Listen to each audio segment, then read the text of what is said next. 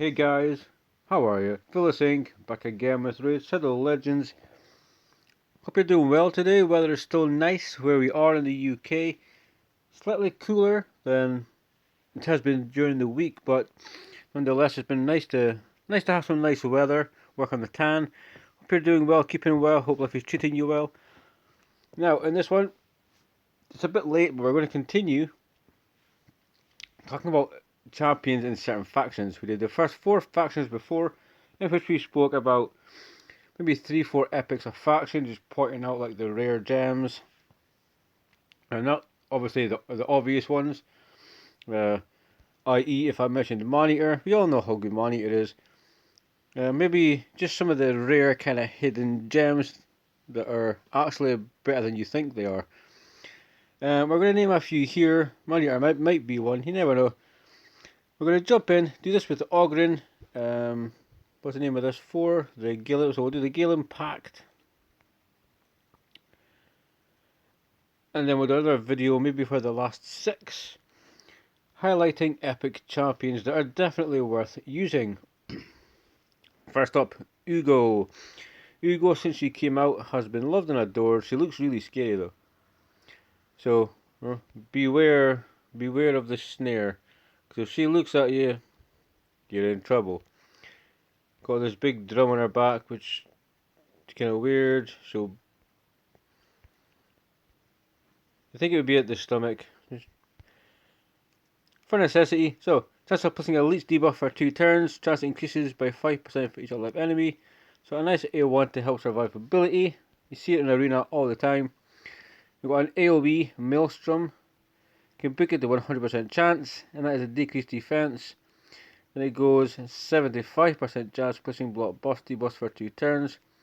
The chance of placing the block boss increases by 5% for each enemy. So if it's in dungeons, it can be 100. If it's arena, 95%. With the mastery, it goes to 100%. Am I right? So 50. So yeah, 4 enemies make it 20%. So yeah, still that can be 100% chance. And in arena, it's extremely strong. I've fought her many times, thinking it's easy. She's the last person, and she screws me over because of the A3. It removes all heal reduction debuffs from all allies. Then removes one random debuff from all allies. Then heals all allies by 20% of her max HP. That's not the bad part though. The bad part is, if Hugo is the last one remaining, she revives everybody with 50% turn meter and 50% HP, which can absolutely, if you're not expecting it, and throw you straight out of your game and cost you the match. Very nice A3. Final Spite. Just placing increase, well not chance, places increased speed, but damage buff on this champion for 1 turn whenever this champion's last living ally is killed. So if Hugo is the final one left, if for instance my Foley goes in, slaughters everybody, Hugo survives, this passive takes effect, she then heals everybody, so it revives everybody with half turn meter, half HP, and then I could potentially be in trouble depending on what that team is, and depending also if Foley block revives them, depending on who you use. So Hugo's a very strong Ogryn Tribes champion. I feel like Skullcrusher just has to get a mention because he's been just a good champion for years. He's been good in faction wars, he's been good in dungeons, he's been good in clan boss, he's good in Doom Tower to get the extra attacks out. But I'm not like an expert in a Hydra, but I assume having the counter attack is good for just enabling more damage of your allies. So, heal reduction debuff on the A1 if your target's defense is lower than his, don't care. Stonewall places ally protection buff on all allies except himself for 2 turns. Counter attack buff on all allies except him for 2 turns, and he gets the unkillable. So pretty much he gives everybody counter attack, enabling that damage. He gives everybody ally protection, so he will take 50% of the damage they receive, and he gets an unkillable buff. So basically he takes a crap load of damage, and he cannot die, because he gives himself unkillable. So very strong. As long as you give him good HP and stuff, like make him tanky enough, then that is OP for sure. Unshakable decreases the duration of all debuffs on him by 1 turn at the start of each turn. No cooldown, so if there's poisons on him, they get decreased. And if they're 1 turn, poisons are gone. If it's 1 turn decreased defense, it's gone. Any duration that is 1 turn just simply falls off. It's quite a cool passive to have. It's kind of not spoken about enough, but it's very, very cool. He does have a nice ally resist and faction crypts aura by 45. Depending on the stage, I've heard people say that he will just die due to the damage he takes in faction wars, but I'm trying to think if I used him in my Eurogrim faction wars team, and I think maybe I did, just due to the fact that it enables more damage. Next up, we're going to go for, I think we need to mention Eurogrim, because I not long rebuilt him. I changed him up into a frenzy set, and when he first came out, he had a triple hit A1, two continuous heals with like 3 poisons. Basically, Eurogrim and Sylar were 2 manning, as Gaellen 25 and Dragon easy, and they weren't even taking a turn because Sylar was in a stun set. It was an absolute queen.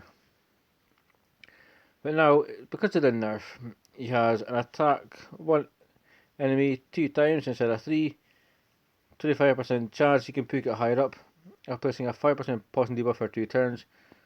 So the A1 is still as effective as he was before with throwing poisons. Cleanse on the A2, removes all debuffs from an ally and heals them by 40% of their HP. So not Eurogrim's HP, the champion that gets the debuffs removed, they get healed by 40% of their HP. So it's very, very strong. It will carry you through in a lot of areas. Bizarre Vapors, they got nerfed. I remember when this champion came out, I was lucky enough to pull him. And I got to experience that 3 poisons, 2 continuous heal buffs. It was insane. Really, really insane. For an epic, fair enough, but first time I'm having like really good epics in the game, you know.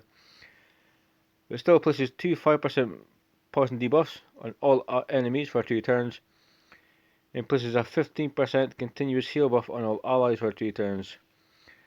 So he's still as badass, he's still getting clan boss, he's still, doesn't matter where you take him, he's still fantastic, he's still can solo dragon.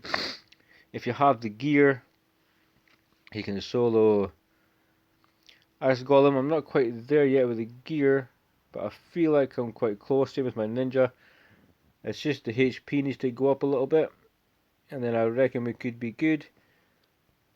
Also, increases ally speed in all battles by 20%, so a good speed boost to your team if you choose to use him. What we're going to do is, everybody knows Occult Brawler as an OG poisoner. Also a good DPS if you pack him with crit damage, because his A2 has some conditional aspects to it. But I feel like I was going to go Grush, but I feel like Claude maybe needs to get mentioned, because Claude Beast Feeder, he came out and people knew he was good. Some people kind of didn't get the kit, some people did. But his arts are very strong. He's also a cool looking champion, a bit strange, but nonetheless, he's got like the little kid on his back, just like taking the kid for a walk. Yeah, in his A1, he places decreased crit rate debuff for 2 turns, which in arena could be quite good, which is where people actually did use him for some time. Places a shield buff on all allies equal to 20% of his HP for 2 turns. So give him 80-90k HP. You're good to go. And it's also, if you look at him closely with his stomach and whatnot, it's basically just this champion is just basically a cult brawler with horns on his neck. But it's the A3 Beast Escape. Increased speed and increased accuracy buff on all allies for 2 turns. In arena, even in Doom Tower, and I think in Hydra as well. To increase the team's speed and their accuracy, you can then not look for accuracy and speed in your build, because you know you're getting it from this buff that Claude gives you, which is extremely strong. Delicious Giblets heals the ally with the lowest HP by 10% of their HP, at the start of Claude's turn. So at the start of Claude's turn, somebody gets a nice heal, which is going to be good. It's also a HP based champion, so you can stack him with HP and he will just survive and survive. We could mention a few other champions, but I've blabbed on, so we'll go to Lizardman. Now Lizardman, there's a few that suck. There's a few that are good. First we're going to just quickly go Broadmaw. Freeze debuff for 1 turn on the A1 single hitter. Increase crit rate, increase speed buff on all allies for 2 turns, and a turn meter fill, which is nice, just 30% crit rate, 15% speed. He also revives 2 random dead allies, 25% HP, so the HP could be better, but he's epic. This is a block damage buff on the revived allies for 1 turn. So they take no damage, enabling maybe your other healers or your other buffers to come in and help them out. And he helps your defense and faction crits by 33%. What's good about Broadmaw is he is a fusion that is there continuously, so you can just continually make Broadmaws and Broadmaws and Broadmaws. You can really make as much as you want. He's a free champion. He wasn't great to begin with, but recently got nerfed several months back. And it basically shot him way up the ladder as far as epics are concerned, so if you haven't fused one, you definitely should. I feel like we maybe need to go Jorg. Jorg, again, old school champion like Steel Skull, like Skull Crusher, like Vizier, when you're looking for that poisons, when you're looking for, you go for a poisoner, and you get out protection, when you're looking for a support champion, you'd go Jorg. Now his OG used to be in the clan boss team, he was definitely in your faction boss teams. He was a good carry for dungeons as well. So A1 decrease attack. Good everywhere, good against bosses, good against pretty much any aspect of the game. Ally protection and increased defense on all allies for 2 turns. It's nice because it's the large version of increased defense and it's 50% ally protection. If you stack Jorg with HP like I did, I think it was like 102k or something, because he's taking all that damage, he's giving himself an increase in his defense, making him more tanky, so he's going to be taking less damage while supporting your team. So very, very strong. And sheltering scales, no cooldown on it, but it places a continuous heal buff on an ally for 1 turn whenever an ally loses 20% of their max HP in 1 hit. So if somebody takes a slapper of a hit, he comes in continuous heal. Somebody else takes it because there's no cooldown, boom, they're going to get a continuous heal also, which is really, really cool. Also increases ally HP in all battles by 33%, which is one of the better HP auras. Don't think it's the best one, but I think it's definitely like top 3, top 5. Another champion that is quite cool. So we'll just take a look at Venomates, a champion I do not have, a champion I thought I did have. A champion that can solo pretty much every dungeon apparently. I've seen her do some crazy work, don't get me wrong. I've seen like clanmates that are using her. And yeah, she is quite cool. Attacks one enemy 2 times.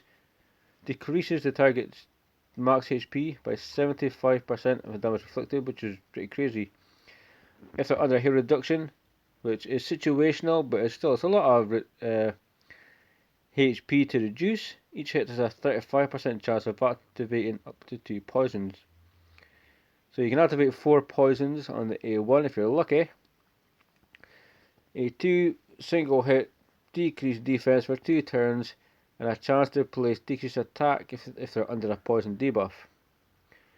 So nice A2, Flesh Melter Venom at AoE, chance of placing a hero reduction debuff for 3 turns, and chance of placing 2 poisons for 2 turns. So when you set up the A3, obviously if they're under a poison you can put up decreased defense and decreased attack. If they're under a hero reduction, which you get from the A3, you're going to be getting the activation of that poisons that you apply previously. So it's a very, very strong champion. Enemies under hero reduction debuffs inflict 15% less damage. Nice mitigation of damage there, and an increased accuracy aura in all battles. So Because the lizard man, like Quargan, is kind of okay. Skathix is not a bad champion. Jizo is okay, but very like early mid game. He can be replaced. You can also do your brutal campaign with him. Basilisk has like a revive after he dies, or like a block damage thing. Aox is also good as a poisoner in certain places. But we'll jump on to the Skinwalkers. So Skinwalkers, we're going to jump into one that I recently re-pulled, which is Taurus. I used to think of the Ford Taurus for some reason. I put this champion like when I first started playing. Never knew just how cool he was.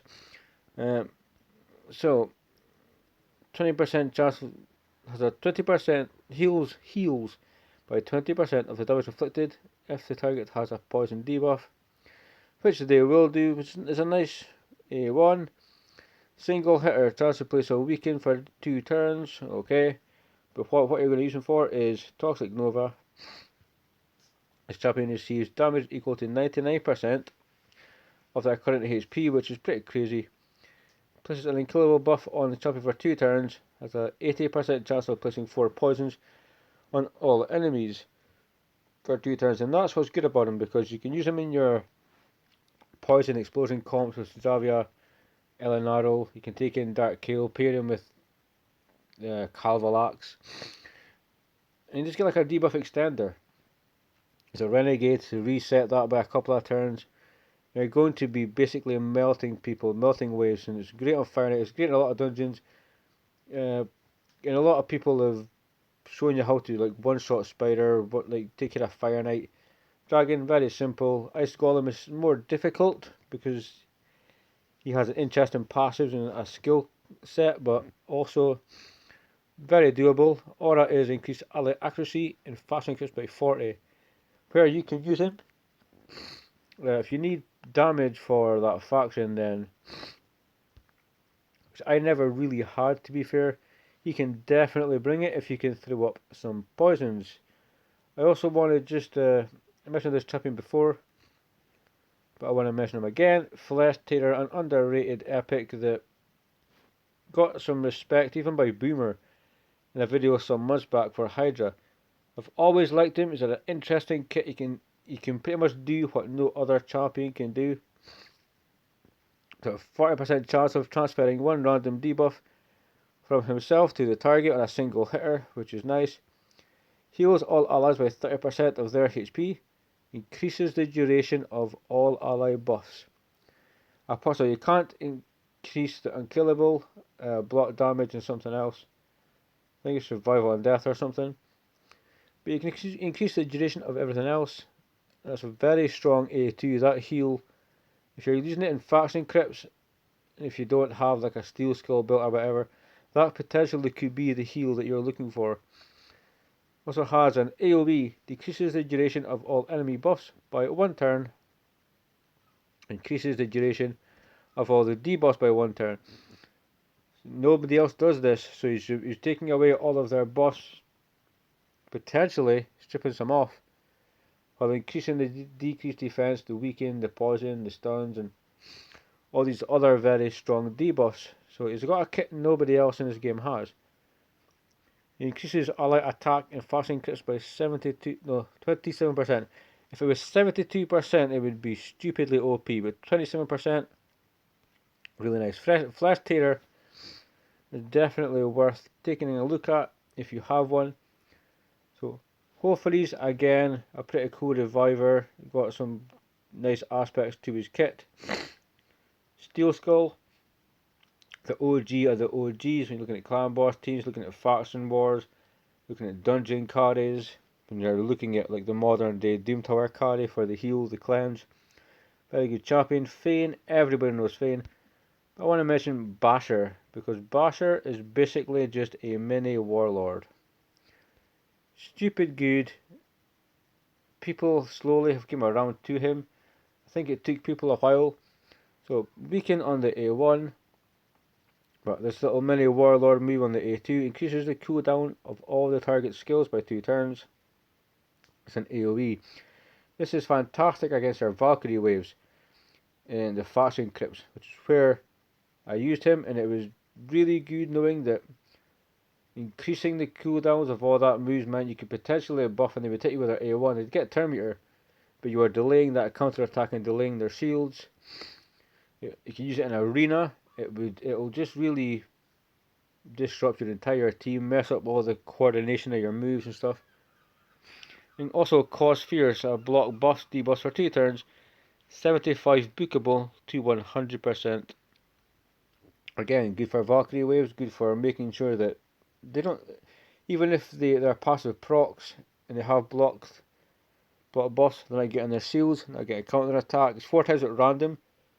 The random part can suck, but it can, it is what it is. There's always going to be certain parts of a kit that people might not like. But ultimately, if you look at Basher for putting their moves on cooldown, throwing out block buffs, weakens, and doing respectable damage, he is a top tier Skinwalker for sure. Increases ally HP in all battles by 25%. And my Basher is currently in a stun set. And he's like 420 accuracy, 200 plus speed. A bit tanky. And yeah, I just love that champion. He's absolutely amazing. You really need to go take a look at what you have. So, we come to the orcs. We come to the last of the Gaellen Pact. We will mention Jorg. Old Hermit Jorg. Now, the reviver that came out, I was thinking this dude could be quite cool, and I still had Shaman at that point before I fed her. I've had a few Shamans pulled, and I've ended up just feeding them. Old Hermit Jorg for your faction crypts. A lot of people sing praises with this guy, even as a dungeon carry, the Doom Tower carry. They sing the praises of this guy for the support he gives your team. You can place HP burn debuff for 2 turns and an A1, which is fantastic. Turn meter increase and increased attack buff on all your allies for 2 turns, which you're enabling more damage, giving them more turn meter, so they take their turn sooner. Very nice. Ghostwalk revives 2 random allies with 60% HP, which is very cool. It's a respectable amount of HP for an epic. They get 40% turn meter and a perfect veil buff on them for 2 turns, which is stupidly overpowered. So you're reviving 2 random allies with 60% HP, which even if it was just that, it would be quite cool. But they get a 40% turn meter fill and they get perfect veil, so they're mitigating damage while also cannot be attacked unless it's through an AoE. This is truly, Old Hermit Jorg is, don't know if he gets used enough. Just have that face on his back. I think he had a fight with a bellower. Yeah, he doesn't get the praise he deserves sometimes. He is underrated, but he is also very, very good. And, if you have one, take a look at him. Take him out, play around, have some fun. So, the second gem, we have to mention Brask. It just has to be done. So, basically, you've got filters trapping his turn meter by 20% if it's a critical hit.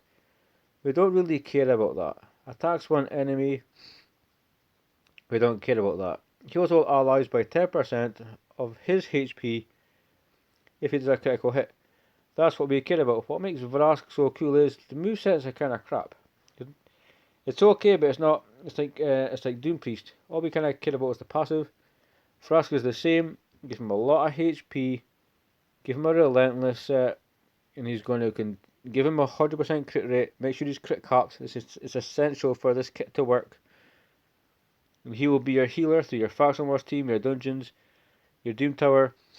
He's absolutely amazing when it comes to faction wars. If you're taking a big hit and he procs 2-3 turns in a row, it's basically 30% HP, or 30% of his HP. And Vrasks normally have like 70, 100,000 HP. Maybe even more HP than that. It's super ridiculous. His allied defense in dungeons is 33%. That's his aura, which is cool, just to increase that tankiness, being a HP based champion. So a very kind of boring kit. The A1 is okay, you could just forget the A2, just turn it off, tell him never to use it. Because at least if he's doing a critical hit, he's getting more turn meter to then take another turn. If he has Relentless, it's also very cool, but giving him more turn meter just increases his potential to help your team